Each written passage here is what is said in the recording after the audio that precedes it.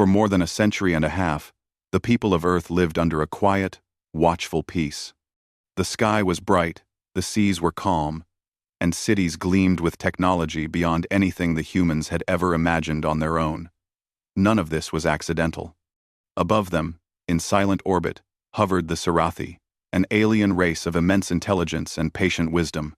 They had watched humanity for decades, guiding them quietly, keeping them from destroying themselves, and offering knowledge that made human life richer, longer, and safer. The Sarathi had no army on Earth, no soldiers in human cities. Their power was subtle, like the gentle touch of a guiding hand. They gave humanity energy systems that ran clean and endlessly, cures for diseases that once killed millions, and instructions on technologies humans could never have developed alone. But most important of all, they taught humans the value of peace. At first, people had been wary. Stories of alien invaders filled human history and imagination. The first ships that appeared over the Earth were met with fear, even panic.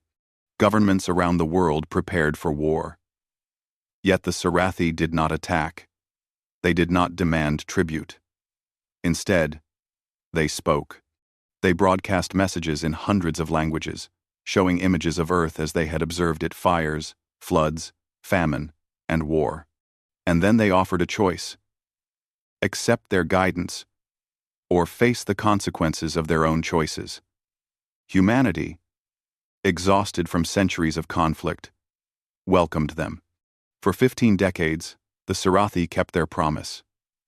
They did not interfere unless humans were in danger. They offered suggestions, but never forced action. During this time, humans built shining cities that stretched into the clouds, explored Mars and the moons of Jupiter, and discovered life on distant exoplanets. Crime and hunger, though not entirely gone, became manageable. The world seemed almost like a dream, a paradise humanity had never earned on its own. But not all humans trusted this gift. From the beginning, there were whispers. Some said the Sarathi were controlling human thought, influencing elections, even watching private lives. Others feared that the technology they shared would be used as a weapon against them. Most of these voices were ignored, dismissed as paranoia or conspiracy. Yet slowly, they gathered followers, and from their whispers, a movement grew. It was called Pure Horizon. At first, it seemed small, almost laughable. A few politicians, some scientists, and ordinary citizens who mistrusted the Sarathi formed clubs and secret societies. But Pure Horizon did more than talk, they worked. They gathered knowledge, stole secrets, and built their own weapons in hidden laboratories. They spread propaganda, painting the Sarathi as overlords, even though the aliens had never taken anything from humanity by force. Despite these dark seeds, most humans were happy. Children played under skies that were safe from war. Families traveled freely across the world, without fear of bombs or famine. Humanity thrived. The Sarathi, watching from their floating sanctuaries in orbit, felt pride.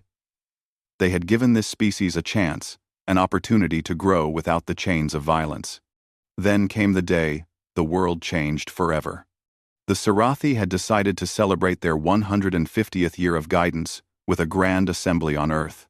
Leaders of the Sarathi and humans alike were to meet in the great city of Aurora Prime, a place that shimmered with glass towers, clean energy, and parks that stretched for miles.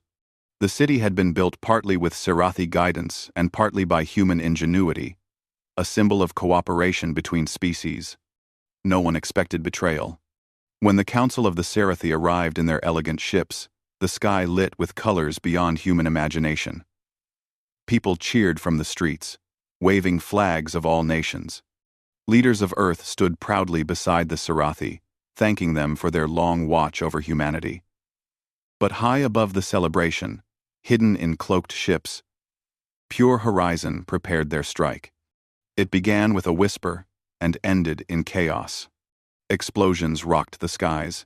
Sarathi vessels, known for their ability to dodge even the fastest weapons, were hit simultaneously across the globe. Communications were scrambled, defenses disabled, and cities that had been peaceful for decades erupted in confusion. The attack was swift, precise, and merciless. Pure Horizon had used stolen Sarathi technology to craft weapons that humans had no hope of resisting. The Sarathi were stunned. They had come in peace, expecting a celebration, and instead found themselves under attack by the very species they had protected. For centuries, the Sarathi had faced wars and threats in distant galaxies, yet nothing prepared them for this, a betrayal born not of misunderstanding but of deliberate malice. Human soldiers were confused. Many did not understand why they were ordered to fire on the Sarathi. Some hesitated. Others, loyal to Pure Horizon, followed orders without question. Fires spread across cities as human weapons, now enhanced with alien technology, struck at Sarathi outposts and communities. Thousands of civilians, unaware of the larger plot, were caught in the crossfire. In orbit, Elyrith, a senior Sarathi elder and philosopher, watched the chaos unfold with disbelief. He had believed humanity capable of greatness. He had trusted them with their own destiny. And now, in moments, centuries of hope seemed to crumble. Yet even in shock, Elyrith remained calm. The Sarathi were not killers by nature, but they were survivors and teachers. "We must not destroy them," he said to his council. "Even now, they are children who have lost their way. We must survive, but not in anger." Meanwhile, on the streets of Aurora Prime, humans ran in panic. Pure Horizon agents moved with deadly efficiency, striking anyone who tried to interfere. Citizens who had cheered only hours before now hid in rubble, unsure who to trust. The city that symbolized peace had become a battlefield. Among the chaos, a young woman named Lyra Dane, a scientist who had worked alongside the Sarathi for decades, ran toward the central plaza. She had spent her life studying alien technology, helping humans learn without harm. Her heart broke as she saw the destruction. She knew the attack was not random. Pure Horizon had been planning this for years. She found a small group of humans resisting Pure Horizon's orders. Together, they worked to evacuate Sarathi civilians from the city. The Sarathi, though capable of defending themselves with incredible technology, chose to remain non-lethal, shielding humans and guiding them to safety. For Elyrith, the night was long. Ships fell from orbit, energy shields flickered, and fires spread across the planet. Yet he refused to fight in vengeance.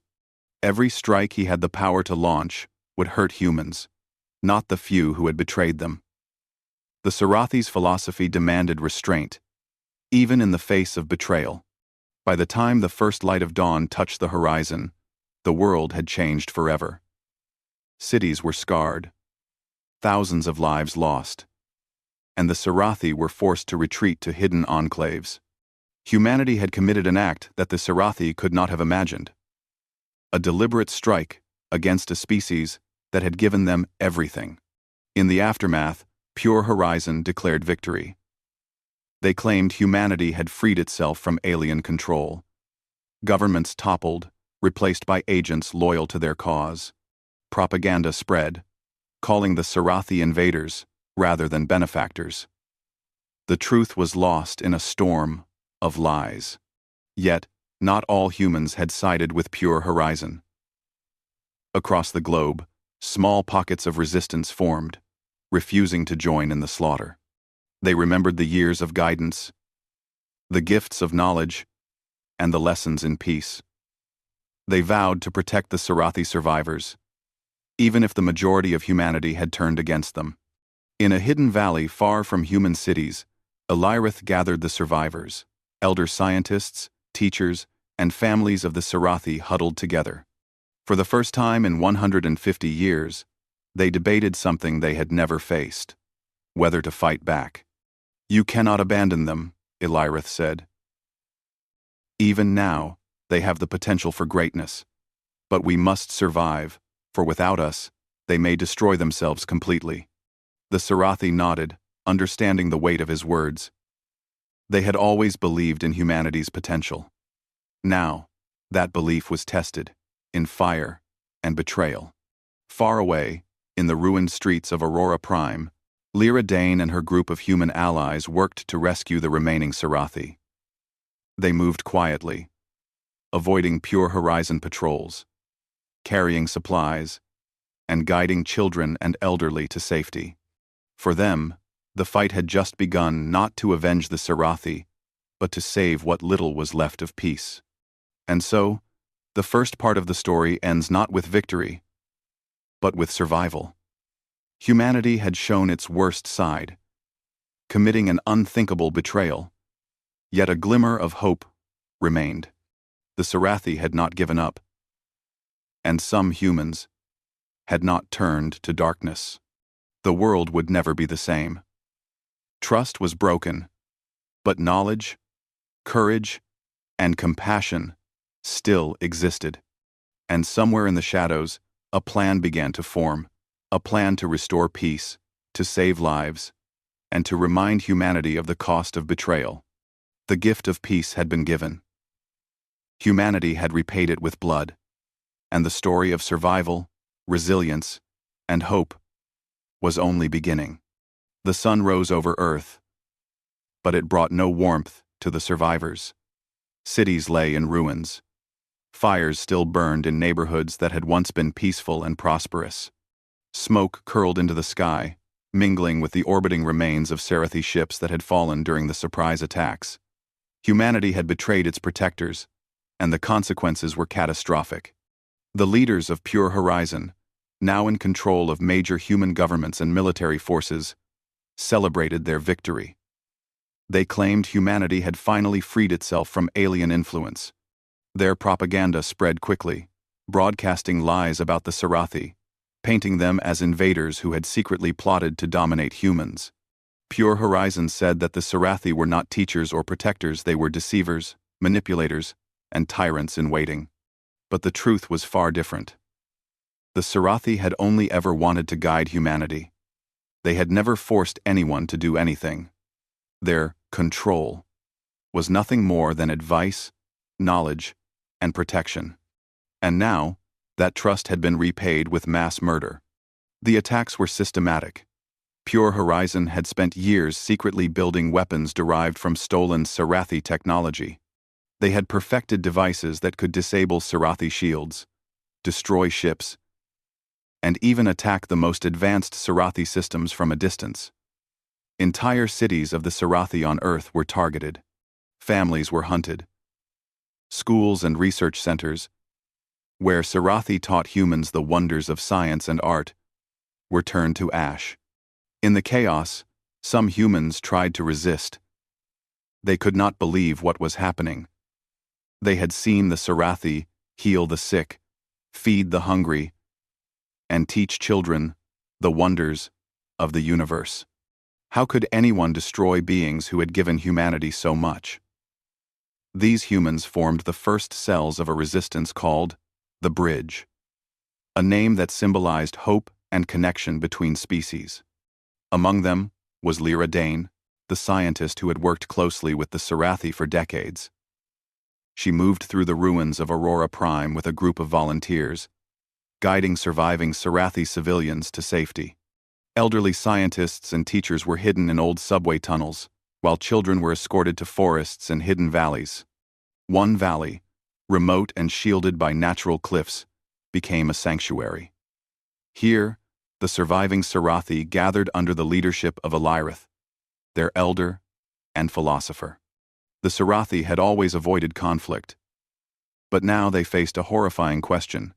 Should they fight back? Elyrith spoke to his council in the quiet of the valley.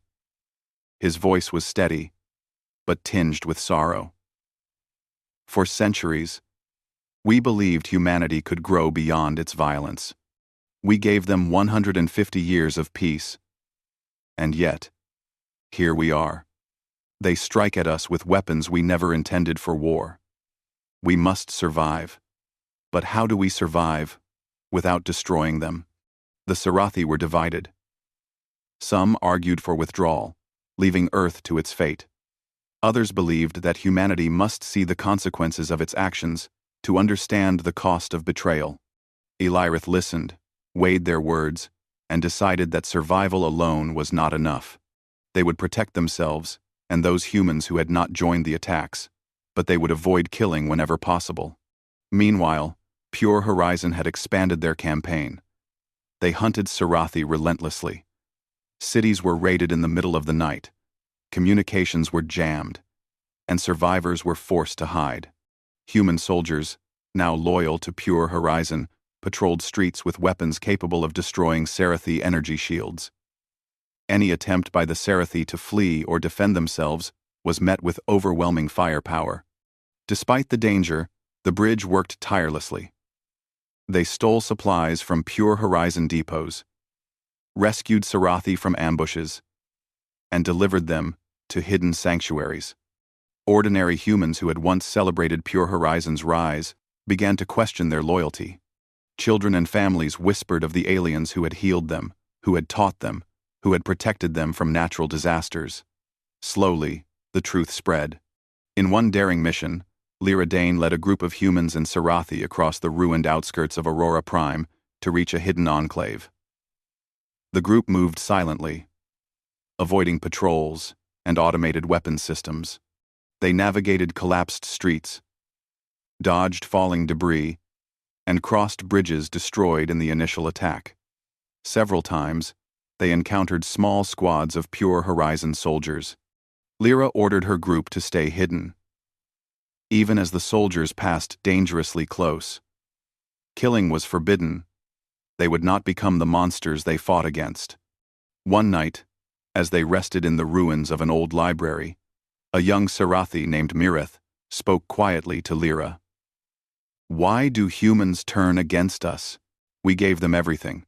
We saved them from themselves, and yet they hunt us like animals." Lyra shook her head, sadness in her eyes. Some humans are afraid of what they do not understand. Some want power. Fear and ambition can destroy good intentions faster than war ever could. But not all humans are like that. Some still remember kindness. Some still fight for what is right. After the journey continued. Across Earth, the genocide of the Sarathi intensified. Entire communities were wiped out. Sarathi ships in orbit were disabled or shot down. The skies, once bright with alien light, were darkened with smoke and debris. Humanity had proven capable of acts so cruel that even the Sarathi were forced to reconsider their understanding of human nature. And yet, not all hope was lost. Resistance cells in Europe, Asia, and the Americas began to coordinate with each other. The bridge was no longer a single group, it became a network, linking humans and Sarathi across continents. They shared intelligence, helped each other escape ambushes, and planned countermeasures to slow Pure Horizon's deadly campaign. In the hidden valley, Elirith convened a council to discuss the next step. We must survive. We must protect the innocent. But the weapon Pure Horizon is building is unlike anything we have seen. If it is completed, our species may be destroyed entirely. The council murmured in fear. They had already lost so much. Families, teachers, scientists, gone. And yet, Elirith's voice remained calm. We will not give in to anger. We will survive with intelligence, with patience, and with the protection of those humans who choose honor over hatred. This is our way. At the same time, Pure Horizon had completed their ultimate weapon, a massive energy device capable of wiping out Sarathi enclaves in seconds. It was hidden deep underground beneath one of the ruined cities, guarded by elite soldiers and automated defense systems. The leaders of Pure Horizon boasted of its power, claiming the Sarathi would be annihilated once and for all. But they had underestimated humanity's capacity for courage and loyalty. The bridge had learned of the weapon through spies and defectors. Lyra Dane led a daring raid to disable it before it could be used. The group moved under the cover of night, avoiding detection, and using knowledge stolen from the Sarathi to bypass security systems. Each step was dangerous. One wrong move could trigger the weapon and end countless lives. When they finally reached the chamber, the group worked together, humans and Sarathi alike. Myreth and other Sarathi used their understanding of energy systems to reverse the weapon's activation, while Lyra and her human team dismantled key components. Time after time, alarms almost sounded, but the combined skill and bravery of the group allowed them to succeed. The weapon was neutralized, its threat eliminated before it could strike. In the valley, news of the mission spread quickly. Survivors celebrated, though quietly. They had won a small victory in a war that still seemed hopeless. Elirith spoke to the gathered Sarathi and humans. "We have survived this night, but the road ahead will not be easy.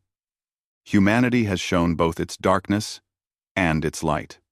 We must protect those who still choose the light, and remember what betrayal can do to a species that trusts too easily." Lyra Dane reflected on the events she had witnessed. Humanity had betrayed its protectors, committing genocide on a scale that shocked even the Sarathi. And yet, she had seen courage, loyalty, and compassion, the same qualities the Sarathi had hoped humanity would embrace.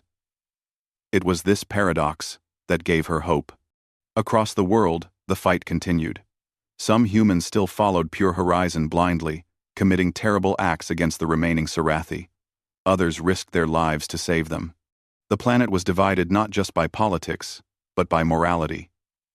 Every act of resistance, every rescued family, every hidden enclave was a reminder that hope was not yet lost. For the Sarathi, the lesson was harsh but clear. Trust was fragile. Generosity could be repaid with blood. And yet, giving up completely would betray everything they had ever believed about the potential for good in the universe. Elirith knew that the survival of their species depended not only on clever strategy, but on choosing to protect the innocent, even when surrounded by darkness. And so, the second part of the story ended not in triumph, but in survival and resolve. Humanity had committed horrific acts.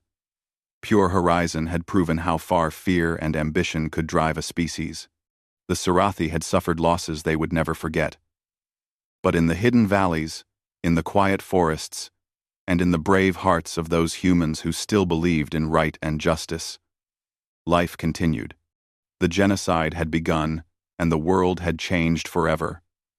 But the spark of resistance, the glimmer of hope, and the possibility of redemption still burned.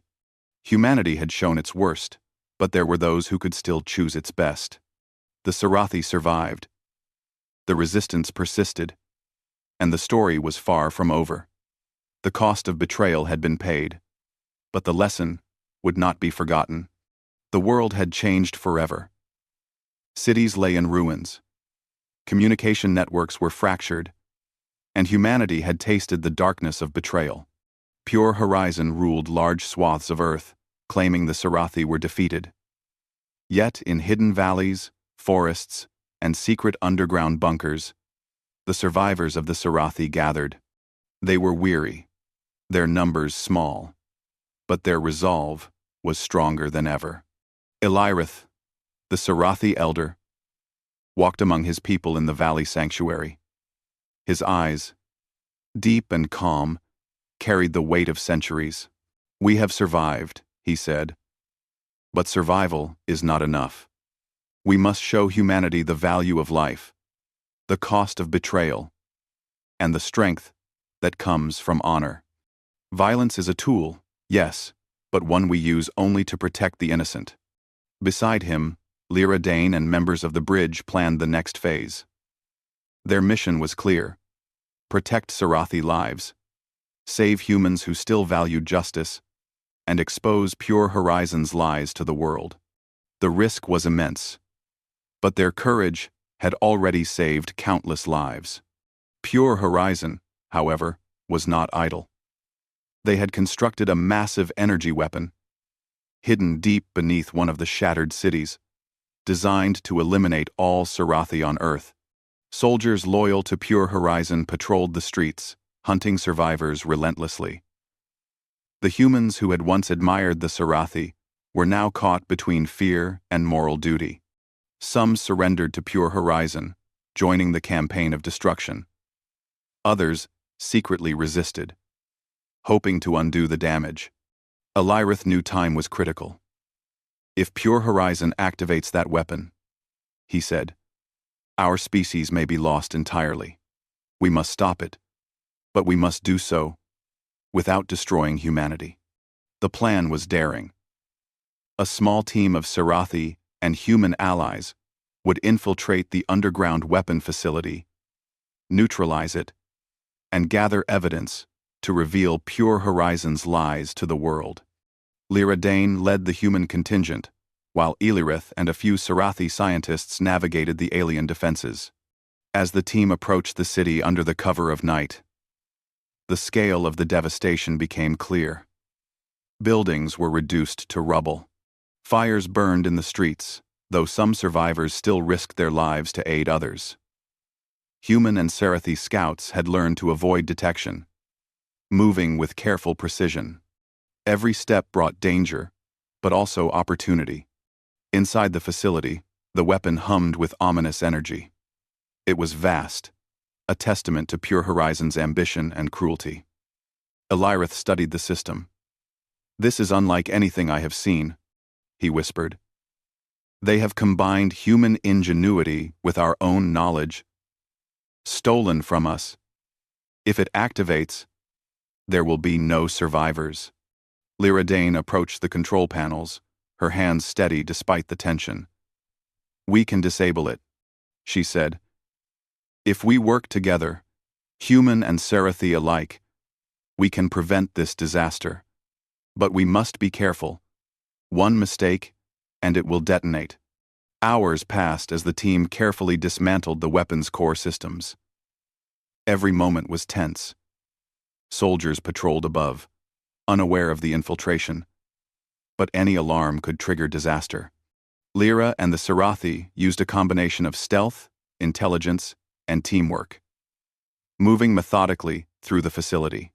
Finally, the weapon was neutralized. Elirith let out a quiet sigh of relief. "It is done," he said. "The threat is gone." But victory was not yet complete. They still had to reveal the truth. The evidence of Pure Horizon's deception, the stolen Sarathi technology, the orders for mass genocide, the propaganda campaigns needed to reach the public. Without it, the world would continue to believe the lies, and the Sarathi would remain hunted. The team transmitted the evidence through secure channels to human networks, risking detection by Pure Horizon operatives. Across the world, the information spread like wildfire. Videos, documents, and testimonies revealed the truth. Pure Horizon had orchestrated the attacks on the Sarathi, using fear and ambition to justify genocide. The public reaction was immediate. Protests erupted worldwide. Soldiers began questioning their orders.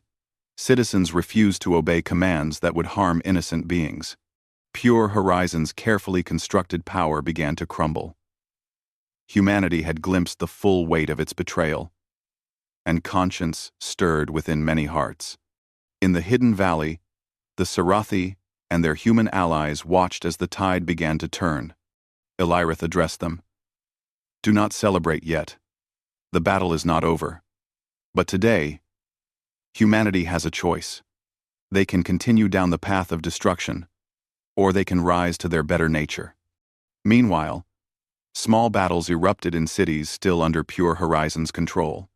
Resistance cells, inspired by the revelation, fought with renewed courage. They freed Sarathi captives, dismantled weapons, and protected civilians. Though outnumbered and under-equipped, their resolve gave them strength. In one city, a Sarathi elder and a human resistance fighter stood together atop a ruined tower. Below, citizens hesitated, unsure whether to fight or flee. The elder spoke softly. "This is your chance, human. Stand for truth, or fall into darkness." Many chose to stand. They fought not for vengeance, but for justice. Humanity was tested once again. Could they rise above the fear and ambition that had led to betrayal? Or would they continue down the path of violence? The battle reached a climax when Elirith and Lyra Dane led a coordinated strike against the final stronghold of Pure Horizon. Using intelligence gathered from resistance networks, they disabled key defenses and captured the leaders. Faced with irrefutable evidence of their crimes, the leaders of Pure Horizon were arrested by their own people. Humanity had faced the consequences of its actions. Cities bore the scars of betrayal, but survivors began to rebuild. Governments reformed under leaders committed to truth and justice. The Sarathi, once hunted and betrayed, were no longer enemies.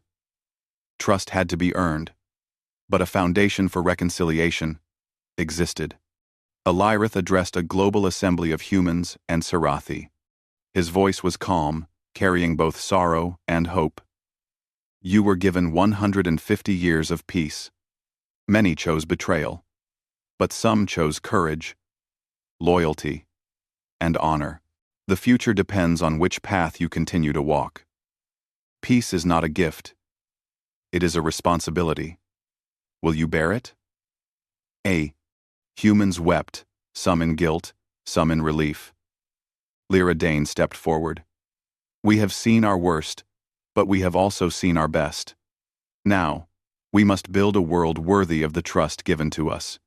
Not just for ourselves, but for the Sarathi, and for the future of all life on this planet. Across the globe, humans and Sarathi began the slow work of reconciliation. Ruins were cleared, homes rebuilt, and survivors reunited with lost family members. Education centers reopened, teaching the history of betrayal and the lessons of the past. Humanity had learned that peace is fragile and trust is sacred. The Sarathi chose to remain on Earth, not as rulers or overseers, but as teachers and guides once more. They continued to share knowledge and technology. But now, humanity approached them with respect, humility, and understanding. Years passed, and Earth began to thrive again. Cities gleamed under the guidance of both species. Children learned from teachers of two worlds, and cooperation replaced fear. Humanity had faced genocide, witnessed its own darkness, and chosen a better path. Elirith, observing the new world, smiled quietly. The test had been harsh, but hope endured. Humanity had shown its worst, yet its best had emerged stronger. Trust had been broken and rebuilt. The Sarathi had survived, and Earth had a future once thought impossible. And so, the story of betrayal, genocide, and redemption came to its conclusion not with destruction, but with survival, courage, and the promise of a better tomorrow. Humanity had learned, painfully, that peace is not a gift freely given, but a responsibility earned. The Sarathi had given 150 years of peace. Humanity had repaid it with blood, but they had also repaid it with courage, honor, and the determination to rise above their darkest impulses. The world would never forget the lessons of that time. And from the ashes of betrayal, a new era of understanding and cooperation began, a world where humans and Sarathi could walk together, stronger, wiser, and united.